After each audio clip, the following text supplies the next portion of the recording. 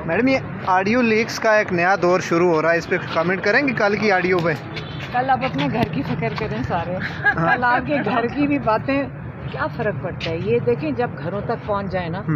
ये जो आपकी आपको पता है अमेरिका में एक उन्होंने प्रेसिडेंट निक्सन को नाअहल कर दिया था कि किसी की प्राइवेसी के अंदर आप नहीं जा सकते, ठीक है। तो जब हमारी शर्म और हया ख़त्म होती जा रही है, लोगों के घरों में पहुंच गए।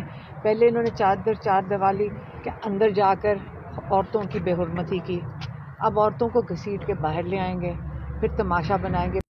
मैडम, ये ऑडियो लीक्स का एक नया दौर शुरू हो रहा है, इस पे कमेंट करेंगे? कल की ऑडियो पे कल आप अपने घर की फिक्र करें सारे। कल आपके घर की भी बातें, क्या फ़र्क पड़ता है ये देखें जब घरों तक पहुंच जाए ना।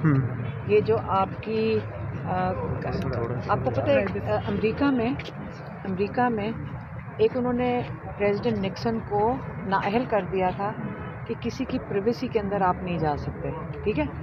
तो जब हमारी शर्म और हया ख़त्म होती जा रही है, लोगों के घरों में पहुंच गए।